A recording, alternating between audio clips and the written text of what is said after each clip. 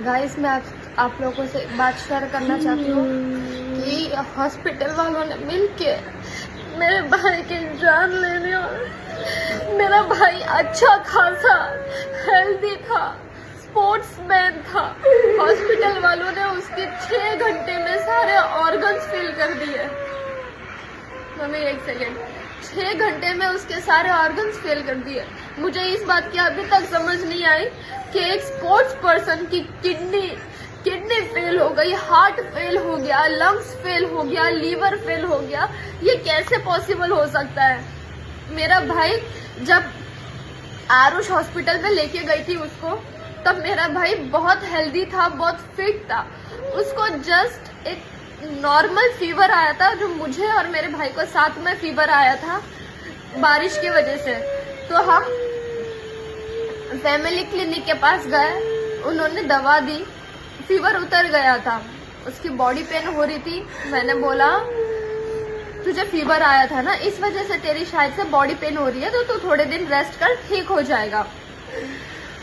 उसने बोला दीदी मुझे चेस्ट में पेन हो रहा है। मैंने बोला तुझे वॉमिट हुई है ना, इस वजह से होता होगा चेस्ट में पेन। फिर उसको रात को फिर से वॉमिट हुई, तो मैं उसको तुरंत हॉस्पिटल लेके भागी।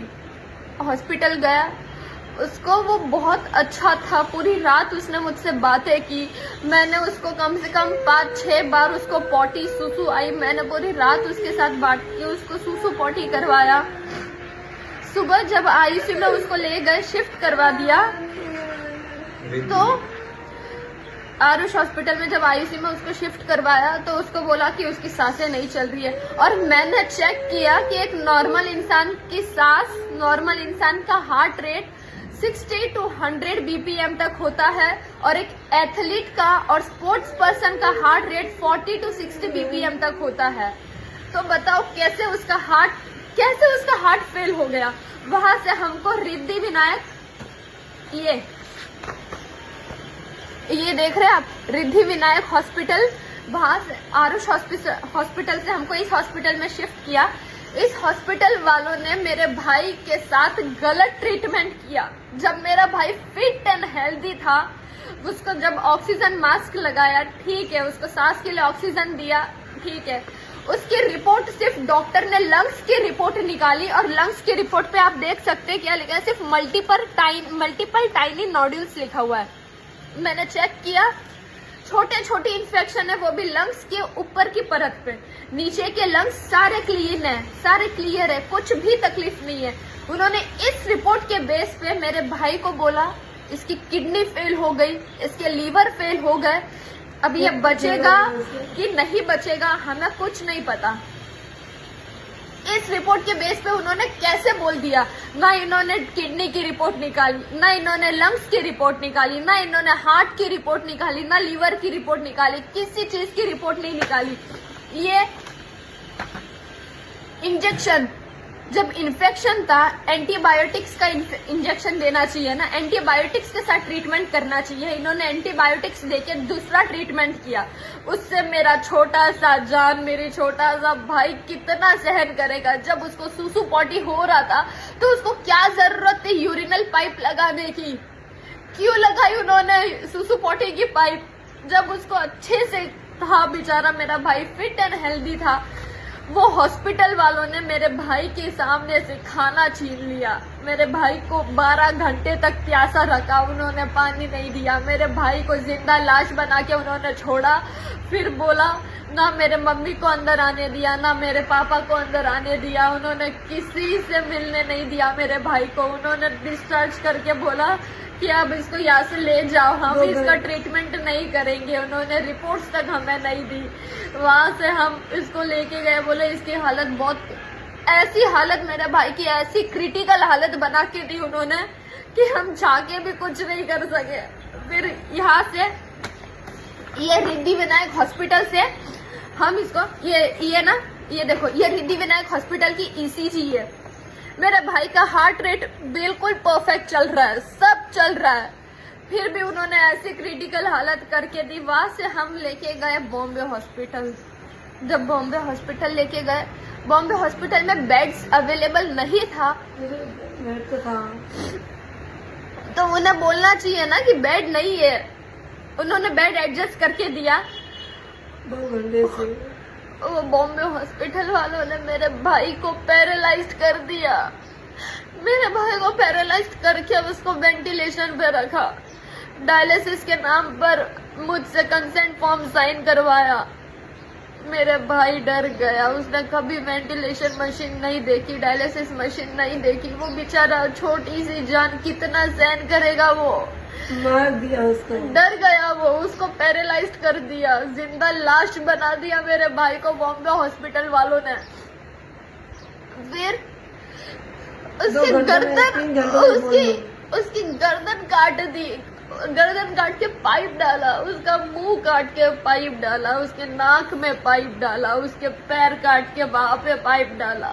क्या जरूरत थी इतना सब करने की जब मेरा भाई अच्छा खासा फिट एंड फाइन था। उसको सिर्फ अगर ऑक्सीजन मास्क की जरूरत थी, उसको वेंटिलेशन की जरूरत नहीं थी, वेंटिलेशन की जरूरत नहीं थी मेरे भाई को। उन्होंने, डॉक्टर ने बोला कि हम 12 घंटे के बाद रिजल्ट बताएंगे। 3 घंटे में डॉक्टर ने रिजल्ट बता दिया हमें। 3 घंटे में मेरे भाई को मार दिया डॉक्टर ने, वेंटिलेशन पे रखा। जब उसकी हालत और खराब कर दी तो डॉक्टर ने डायलिसिस के नाम पर क्या बोला कि हमें आपके भाई का डायलिसिस करना है, वो भी अर्जेंट में डायलिसिस करना है, तो आपको कंसेंट फॉर्म साइन करना पड़ेगा। मैंने कंसेंट फॉर्म साइन किया। मैंने डॉक्टर को कहा, डॉक्टर कुछ भी करो, मेरा भाई मुझे जिंदा चाहिए, मेरा भाई मुझे चाहिए, मुझे कुछ भी करो। डायलिसिस साइन किया, डायलिसिस फॉर्म पे कंसेंट फॉर्म साइन किया डायलिसिस के नाम पे। मेरे भाई का डायलिसिस नहीं किया डॉक्टर ने। क्यों नहीं किया डायलिसिस? जब हमसे फॉर्म साइन करवाया डायलिसिस का, तो मेरे भाई का डायलिसिस क्यों नहीं किया हॉस्पिटल वालों ने? ब्लड मंगाया, 4 बॉटल ब्लड मंगाई, 4 बॉटल ब्लड मंगाई। क्यों नहीं चढ़ाया डॉक्टर ने ब्लड? क्यों नहीं चढ़ाया ब्लड? 2 मिनट के बाद बोला कि आपके भाई का हार्ट बंद हो गया है। मैंने पूछा, सर ऐसे कैसे हार्ट बंद हो गया? जब वो वेंटिलेशन पे है तो हार्ट कैसे बंद हो गया? मुझे इसका रीजन बता। बोले सीपीआर कर रहे। 15 लोगों ने मिलके मेरे भाई को सीपीआर दिया है। जब सीपीआर एक इंसान देता है, नॉर्मल से नॉर्मल 2 इंसान सीपीआर देता है, 15 लोगों ने मिलके मेरे भाई को सीपीआर दिया है। एक तो मेरे भाई के छाती पे पाइप है, उसको दबा दबा के पूरी हालत उसकी खराब कर दी। तो मेरा भाई बेचारा सांस कहाँ से लेगा वो? मैंने जबकि डॉक्टर को बोला कि डॉक्टर उसको बिजली के झटके दो, उसको पंप दो, उन्होंने नहीं दिया। 15 लोगों ने मिलके मेरे भाई को सीपीआर देके मार दिया और बाद में बोला कि हम आपके भाई को नहीं बचा पाए। मेरे मम्मी की, मेरे पापा की हालत रो रो के खराब हो चुकी है, रो रो के खराब हो गई है मेरे घर वालों की हालत। इसलिए मैं आपसे रिक्वेस्ट कर रही हूँ कि प्लीज अब आप हमारा सपोर्ट कीजिए उस हॉस्पिटल के खिलाफ एक्शन लेने में। आप हमें बताइए कि हम क्या करें इस सिचुएशन में, जब हॉस्पिटल वालों ने हमारे साथ इतना बड़ा धोखा दे दिया। हॉस्पिटल वालों ने, आपके सिवा हमारा कोई नहीं है इधर दुनिया में। मैं आपका सपोर्ट चाहिए हमें। मेरे भाई को उन्होंने मार दिया हॉस्पिटल वालों ने। मेरे भाई को मार दिया हॉस्पिटल वालों ने मिल गया। मेरा भाई 17 साल का लड़का था, वो 17 साल के बच्चे को मार दिया मेरे भी से हॉस्पिटल वालों ने। बिल्कुल भी दया नहीं आई, बिल्कुल भी दया नहीं आई उन हॉस्पिटल वालों को कि एक 17 साल के बच्चे के साथ कैसा सलूक कर रहे हैं। हम आपको फैमिली, मेरी इंस्टाग्राम फैमिली है, आप हमें सपोर्ट कीजिए, आप हमें सपोर्ट कीजिए प्लीज, आप हमें सपोर्ट कीजिए। मेरे मम्मी की हालत, मेरे पापा की हालत रो रो के खराब होती है। अगर मेरा भाई तो मुझे छोड़ के चला गया, अगर इन लोगों को कुछ हो गया तो मैं कहाँ जाऊंगी? मैं किसके भरोसे रहूंगी?